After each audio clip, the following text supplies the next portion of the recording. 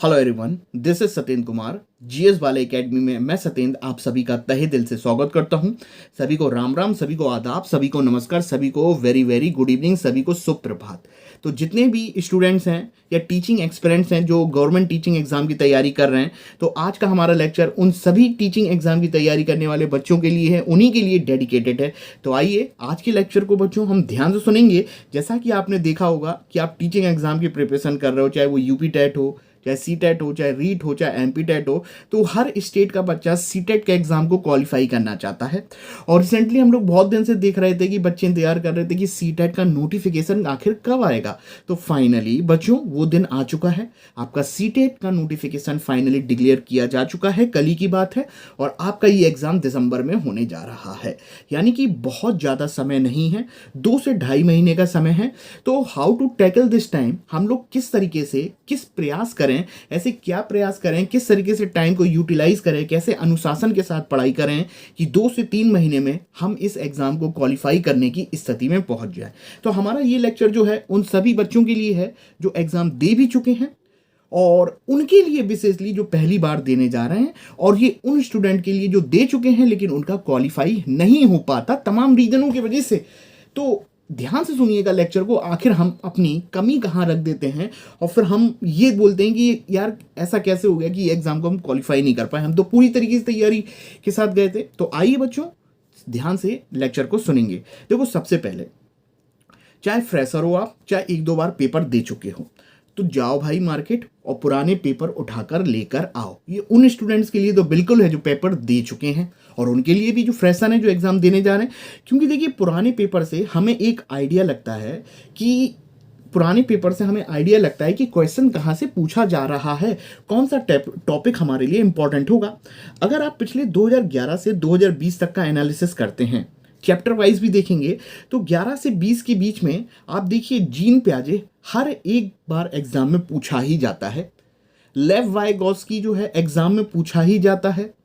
Kohlberg का question पूछा ही जाता है। ये 3 मैंने जो आपको थिंकरों की बात करी है, यहां से क्वेश्चन आना ही आना है। तो अगर हमारे पास कम समय है और हम पेपर देने जा रहे हैं, तो हम पहले वही चीज़ तो करेंगे जो एग्जाम में आती है। तो इसीलिए मैं बोल रहा हूँ कि पुराने पेपर उठाइए, क्या पैटर्न है, कौन कौन से क्वेश्चन ज़्यादातर पूछे जाते हैं।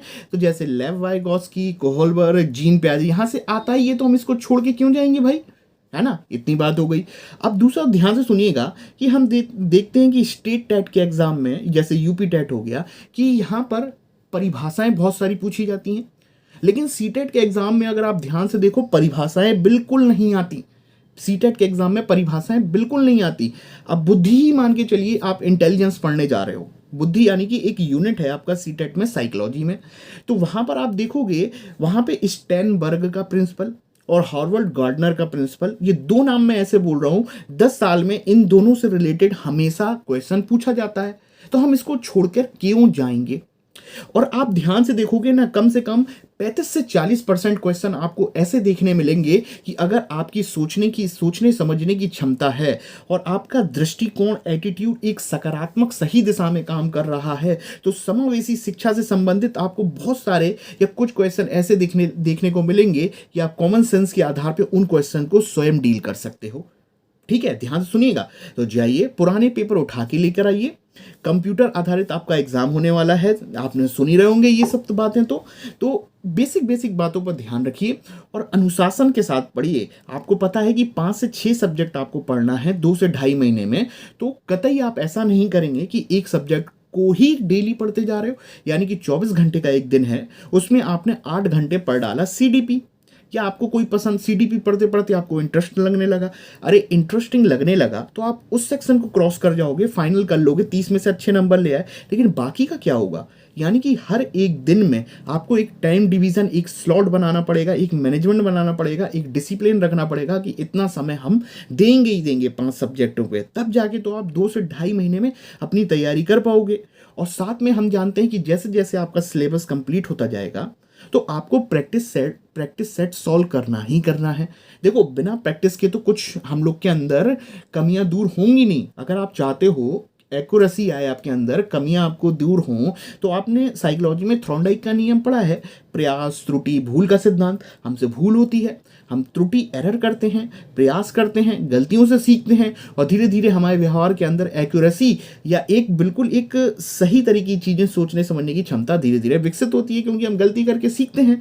तो आप ही चाहते हो कि इन गलतियों को पहले ही हटा दिया जाए, तो प्रैक्टिस तो करिए, ठीक है। तो प्रैक्टिस करना मस्ट है एग्जाम को क्वालिफाई करने के लिए। ये सीटेट की बात नहीं है, कोई भी एग्जाम का क्रॉस करने के लिए प्रैक्टिस तो करना ही करना है। अगर आपको ये बातें समझ में आ रही हैं तो मुझे आप कमेंट जरूर करिएगा।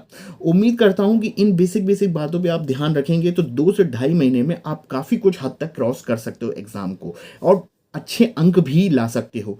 ईवीएस पर बात करता हूं मैं। आप ईवीएस का करने जा रहे हो ना, तो ईवीएस एक ऐसा सेक्शन है, अगर आप 30 नंबर में से बहुत अच्छे नंबर गेन कर सकते हो ईवीएस में।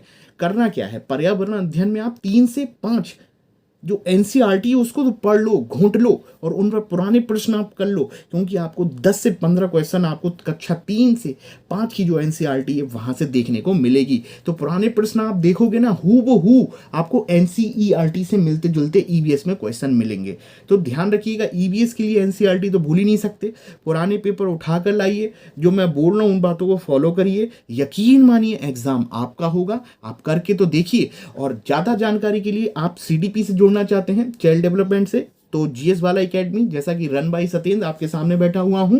तो मैंने अपने यूट्यूब चैनल पे सीडीपी, हिस्ट्री, पॉलिटी से रिलेटेड कुछ लेक्चर अपलोड कर रखे हैं, आप जरूर देखिए, अपनी प्रतिक्रिया व्यक्त करिए। जल्दी ही मैं आपके सामने आने वाला हूं, बोर्ड पर भी आऊँगा। अगर आपको लेक्चर पसंद आ जाए तो लाइक शेयर सब्सक्राइब अवश्य करिए, अपने दोस्तों को शेयर करिए, डू शेयर जरूर करिए। उम्मीद करता हूँ कि आप जरूर शेयर करेंगे जीएस वाला एकेडमी को। धन्यवाद। जल्दी मिलते हैं अपने वीडियो लेक्चर में, जहाँ मैं आपको सिलेबस कंप्लीट कैसे कराना है उस पर बात करूँगा, ठीक है। और जितने भी सीडीपी के कुछ लेक्चर आप देखिए। धन्यवाद। Okay, bye bye.